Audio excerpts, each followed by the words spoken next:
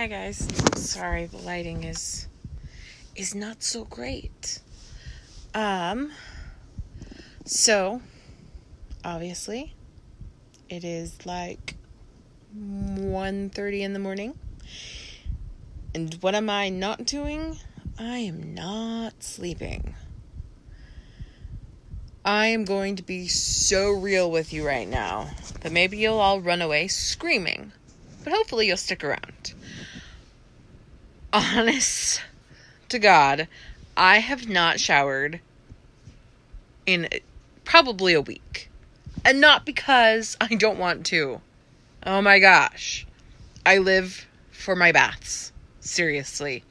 They are one of the things that helps me function. Help loosen up the muscles and at least semi-leach away the pain. Can help relax my body so I can sleep. So it's not a matter of not wanting to be clean. Because trust me, I am staying as far away from everybody as possible right now because, oh my gosh, I probably reek. Let's be honest. But it's one of those things I have to weigh. I know people think, well, it's simple to get in the shower and shower real quick. 5 minutes, maybe 10, in and out, you're done. But for someone like me, someone with chronic pain and chronic fatigue syndrome, is that every ounce of energy is precious. And there's actually this really cool theory called the spoon theory, that each day someone with fibromyalgia or chronic pain has a certain amount of spoons that equates their energy for the day. And so every task you do takes away a spoon. Maybe it takes away 2 if it's something pretty, intensive. Like if you're going to do some deep cleaning, you're probably going to be giving up, at least 2 of your spoons. But we have a limited number of spoons, and once they're gone, like for the day, I could be halfway through my day, and my 8 spoons could be all gone, based on what I chose to do. And then I have nothing. So I have no energy. I'm just kind of a blob that's there. And usually pretty miserable to boot. If by some chance I end the day with 1 or 2 spoons extra, left, yay, go me. But those extra spoons do not transfer to tomorrow. I start back with this, I start back with 8 spoons for the day. Sometimes if you go over, and if you're really pushing, especially on a better day, I'd like to say a good day, but really, honestly, it's more of a better day. Then there's a good chance that you're like, okay, I feel good, I feel better, I need to get this stuff done. You've got this mental list that has been accruing new things like every day for months, sometimes. And so you're like, I can get this is, you're thinking of all the things that you really want to have done, or you really need to have done, because, your bathrooms haven't been deep cleaned. Heaven knows when the last time they were even semi-deep cleaned. No one's coming to my house. No one's gonna know. But in my mind, I'm trying to be normal. I want to be perceived normal. But it's hard because I'm not normal, and I can't compare myself to everybody else's normal. But at the moment, that's besides the point. So sometimes on those good days, or better days, you overdo it. You far extend past your 8 spoons. And then you're dipping into the next day's spoons. So instead of starting the next day with 8 spoons, say I dipped enough that, man, I'm starting tomorrow with 5 spoons instead of 8. Because I really felt I needed to get stuff done, and I thought I was doing good. I wasn't gauging my energy levels. So then I'm screwed because tomorrow I will only have 5 spoons, which means I'll get I'll get less done. Because even in borrowing those 3 spoons from tomorrow doesn't necessarily amp up all the energy. You know what I mean? You're just beating yourself dead. And that just kind of eliminates those 3 spoons. If that makes sense. And so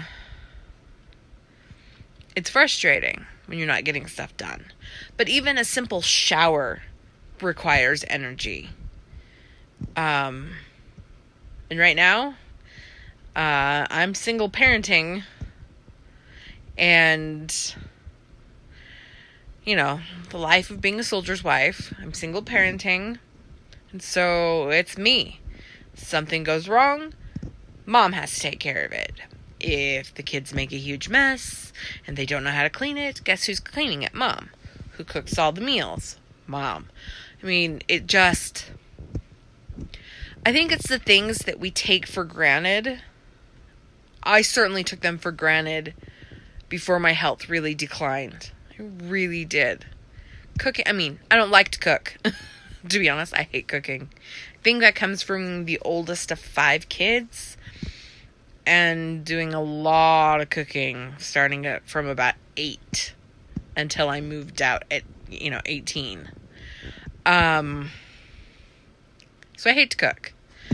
So but I could do it. I had the energy. I could do it. Back in the day, it feels like.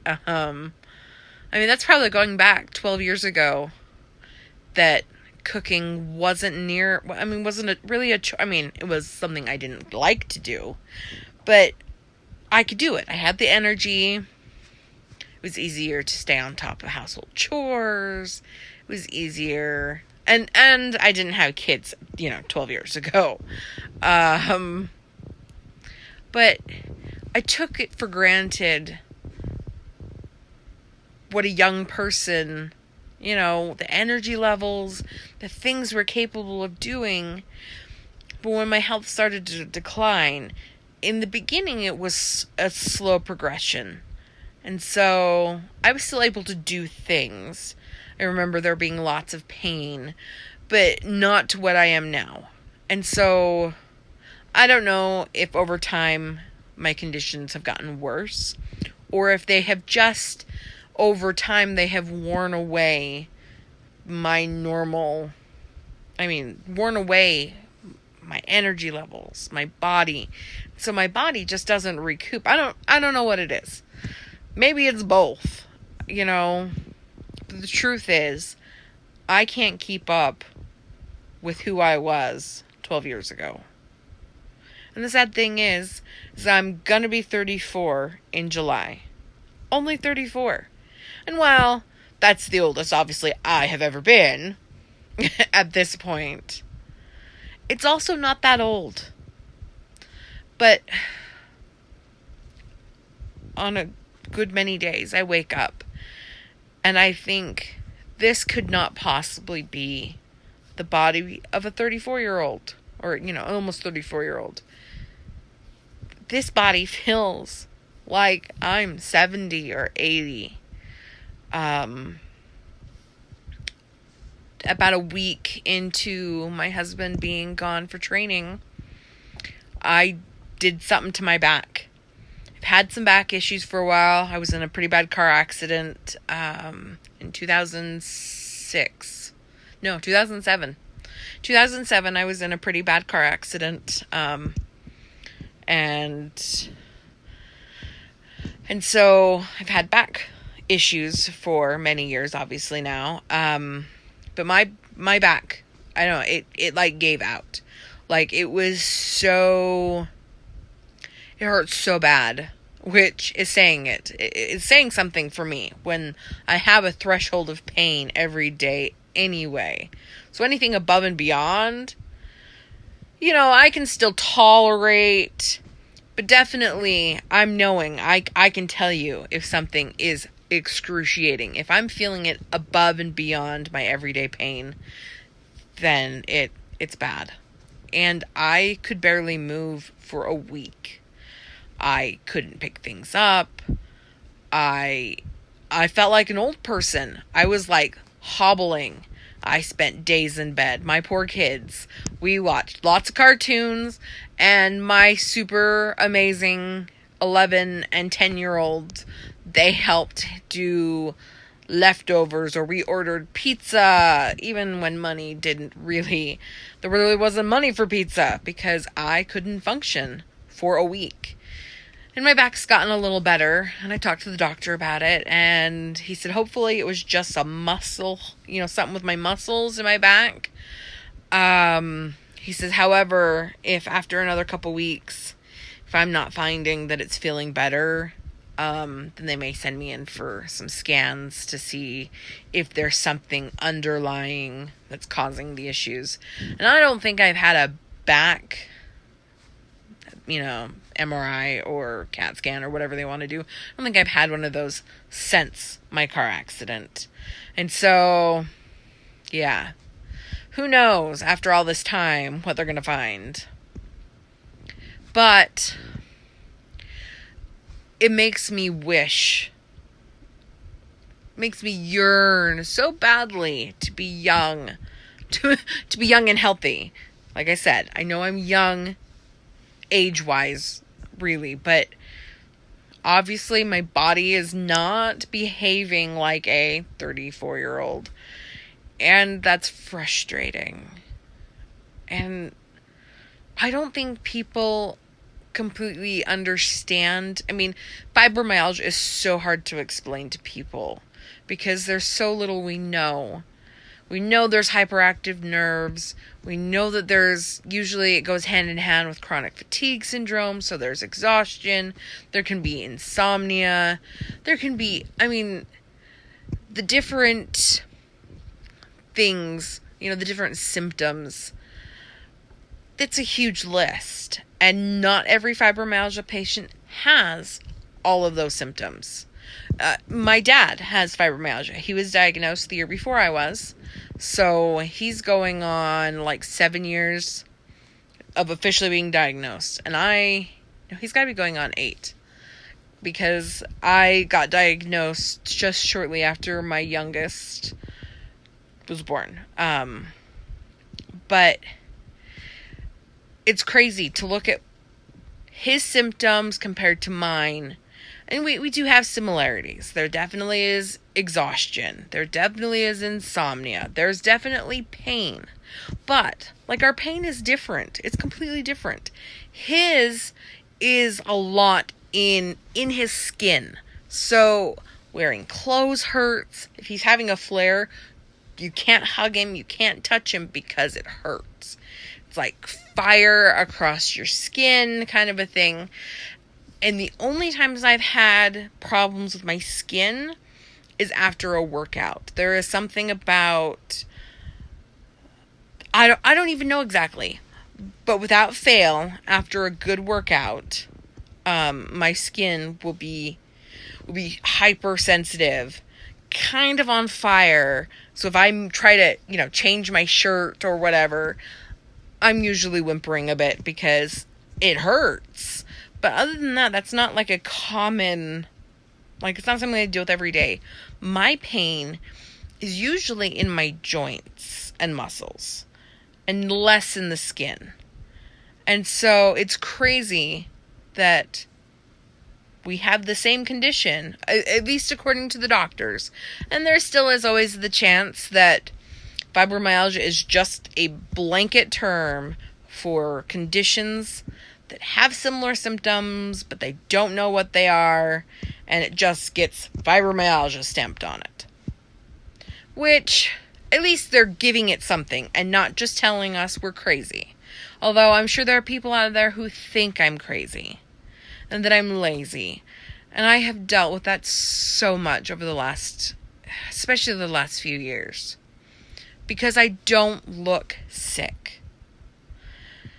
If you really know me, you'll see. If you really get to know me, you'll see the days that I feel awful.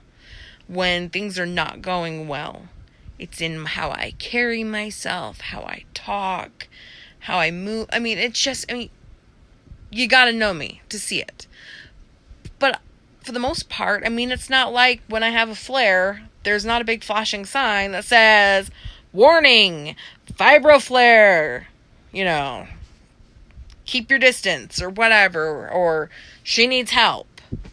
In fact, I'm sure it's very common for other patients with fibromyalgia, just like me, who, because of the judgment that comes because we don't look sick, right? It's not something, it's not the measles or smallpox or, something that shows visibly on your skin, right? On the surface. That I'm sure a lot of us deal with judgment that there is no way you could be in that much pain, or think you're faking it for attention, or you're lazy. And I've heard those things. I've heard them pointed at me, whispered behind my back, which is hard, which is really hard. It makes it really hard to trust people. And I think it also really, I know for me, it really pushes me. And I overdo it because I want to be normal. I don't want to be sick. I want to be normal. And I don't want to be perceived as sick. Which is stupid, I know. Because I am sick. I can't change that. But I don't want people to think badly of me. I shouldn't care what people think. I really shouldn't. But the honest truth is, there's a part of me that does. Because I want friends.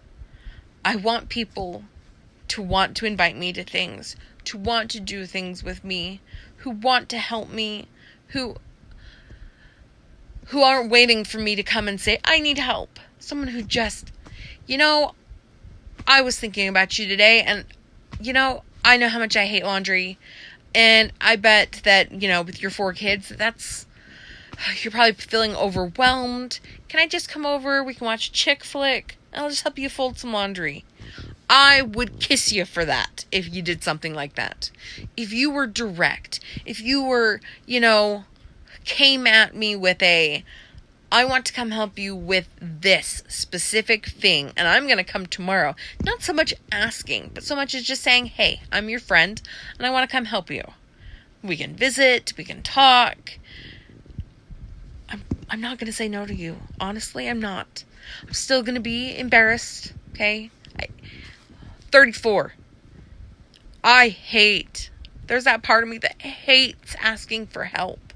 Because I feel like a failure that I can't do it myself. And it's pride. It definitely is a pride issue. It's hard. I'm not going to show you, but right now my house is a wreck. Single parenting, I just have not had the energy to do it. And I think, oh my gosh, I need to do stuff. And there just hasn't been any energy. And I'm like, I had all these grand plans for all the things that we're going to get done while my husband is gone. And yeah, no, probably not happening. I did spend a good hour washing dishes by hand, which there are a lot. So I made a dent, but I definitely didn't get all of it. But by the time I was done with that, I was done. I had worn myself out. So I'm not going to show you my house. Although, I think I'm going to do some segments where I work on things. And maybe that will, give me the push. Be like, here is this section of my room. I am going to organize it. Keep me honest. But there definitely is that fear that my house isn't perfect. And that someone is going to take one look and be like, yeah, your house isn't safe. Your kids shouldn't be there. And we've dealt with that twice. Which really sucks, especially since the first time I was on my way to the hospital for a possible heart attack. Well, it didn't end up being a heart attack. But that's what they were treating it as, because that's what we thought it was. I was on my way to the hospital in an ambulance, and I had to go from Dugway to American Fork in the ambulance. I was passing off my kids to somebody in my church, and one of the cops who helped lock up my house decided that because we were still in the middle of moving in, that my house was a danger. And so once again, my husband was out of town with the Army. I had to deal with being questioned by Child Protective Services. And that was gut-wrenching. I was terrified. I was so terrified. And then we dealt with something a little more recent, which has made me more hesitant to allow anyone in my home. Because if I don't know you well enough, how can I trust that? I know it's a bad way to look at it, but how can I trust you to... I get that having a messy house, a lived-in house, it can use improvement. But if you look at my kids are healthy. They're happy. They get to play. They definitely do have more responsibility than perhaps some. But we have to do things different. But the problem is with people judging is that not one of them offered to help me. Asked what they could do. I would have even accepted. Let me know. It's really a cop-out, I feel, to say, well, if you need anything, just let me know. Because I know that unless you are desperate, you're probably not going to reach out to somebody who says that. Which is why it's better to be specific and just say, hey, I want to come do this for you today. We can visit. We can talk about what's going on in your life. We can watch a chick flick. Whatever. I'm not going to say no to you. To be honest. I won't. Because I feel like that's more sincere to me. But I'm terrified to let people in because I'm afraid of the judgment. Because people don't understand what it's like to live the way I do, with what I do, and how it's made us have to change how we do things as a family. My kids are the most caring and kind and empathetic children you will probably find. And that's not just me bragging as a mom. I've had lots of people tell me. And I watch my kids, and they have this deep understanding of someone being sick. Even if it's a temporary sick, like the flu. But they also have a deep understanding for something that's not so simple as the flu. I've mentioned it before, but my dear writing professor, and my mentor, Jeff, he has cancer, and he is so awesome with my kids. When my kids heard he wasn't doing very well for a while there, they were making him cards and pictures and wanting me to send messages to him because they cared. Because they have this glimpse. Not even a glimpse. They live day to day with someone who is sick all the time. And they just want to help. They might not be good at cleaning their rooms, but honestly, my guess is that not many kids are. But they will be the first ones willing to bring me a drink, to check and make sure I don't need a drink. Or sometimes they just come bring me 2 or 3 cans of soda. Here you go, Mom, for later. Even if I already have a drink. It's the thought that counts. They complain so little about helping that way. trying to ease my burden a little bit. I couldn't be more grateful and blessed to have such amazing kids. And I honestly wish that they didn't have to deal with this, because this is not fun. This is not the life I would have chosen for my kids, or for me, or my husband for that matter. But we don't always get to pick the cards we're handed. We just have to learn to deal with them. And I know I'm so calm for this, but honestly, I cry frequently. The frustration of a body that fails. I definitely am hard on myself when it comes to the kind of wife I am to my husband, the kind of mother I am to my children, the kind of friend I am to people. I kind of live in a secluded, hermit-like world.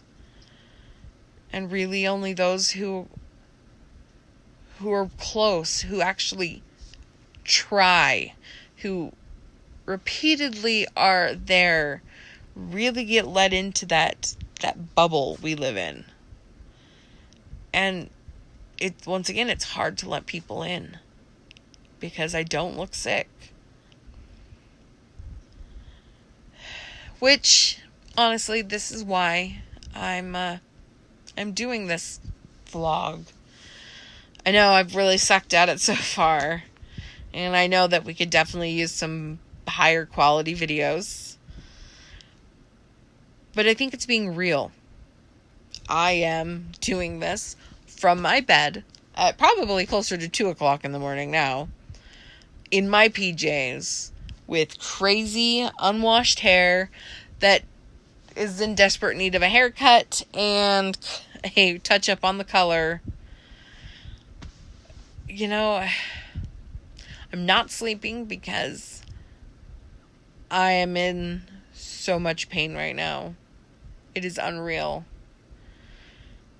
The doctor did some pushing on my back to check it today, and it hasn't stopped hurting since. And it's just gotten worse. So getting comfortable is rough. And I would definitely rather be sleeping. So instead, I'm here talking to you guys, trying to give you a real insight into my world. I'm hoping that by allowing you into my life, to my home and my family, that it will make you think differently about how you approach people and how you treat them, and the kind of help and support that you'll give to somebody, whether they're your neighbor, family, a friend, someone from your church, someone you know from school, whatever it might be, whoever they might be. I'm hoping that you will look at people with a gentler, more loving eye. Unfortunately, society has become so much about you look like you're doing something wrong and I'm going to tell on you and turn you in, instead of being the society that is helpful and supportive. And we need to change that. We need to teach our kids to be better. We need to be better, because they follow by example. And if we are not living what we preach, then neither are they. They are not going to learn. And we need more compassion in this world. There are an awful lot of people like me. Fibromyalgia, or lupus, or, even something that isn't chronic necessarily. Cancer, I guess, is but cancer and arthritis and, heaven forbid, even just getting older. Our bodies start to wear down. Our cells don't regenerate near as fast. you start to fall apart. We need, we can't understand why old people are so grouchy. Maybe it's because they're sore and tired, and they're feeling lonely and forgotten. We just need to become a much more compassionate society. And we also need to see that there are two sides to every coin. And that just because I'm taking strong pain medication does not mean I'm abusing it. Does not mean I'm a drug addict. Does not mean I am a part of the opioid, the battle against opioids. If there was something else that worked, I would be all over that. And I tell you what, my doctor and I are constantly trying new things. If one thing doesn't work, we are looking for something else to try. We have switched my pain meds so that there is a rotation so that I won't have issues. And I get, regular drug tests at my clinic. So they're going to know if I'm not taking something, or if I'm taking too much of something, or if something illegal pops up. And so I want the world to see that we are just like everybody else. We have families, we have jobs, we go to school, we have dreams and aspirations. There's things we love to do. We just have to learn how to do all those things and balance it with having chronic pain or chronic conditions, things that we didn't get to choose. But they're a part of us, a part of our lives. They're not completely who we are, but they're definitely a big part. And we have to do things differently to accommodate them. And so, I know I've probably rambled a lot, but that's what I'm hoping to gain and to give, is understanding and hope to those who are like me, to know that they're not alone. I would definitely love to hear from many of you guys, to hear, find out what things you want to know about chronic pain, or, if you want to meet my kiddos. I know some of you already know my kiddos, but I would love to hear what you guys want to hear and see and know about. So, drop a question down in the comments, and hopefully I'll be able to get up a post, another vlog in a couple days. I do have some video from my emergency room visit for my migraine, and I just need to pop it together and post it up so you can kind of see what was going on that day. So anyway, I hope you guys all have a good night, and that you get the rest you need, and that you wake refreshed and ready to face the day, and know that you're not alone, and that I will always have a shoulder for you to cry on. And thank you for coming and being a part of my story. Good night, guys.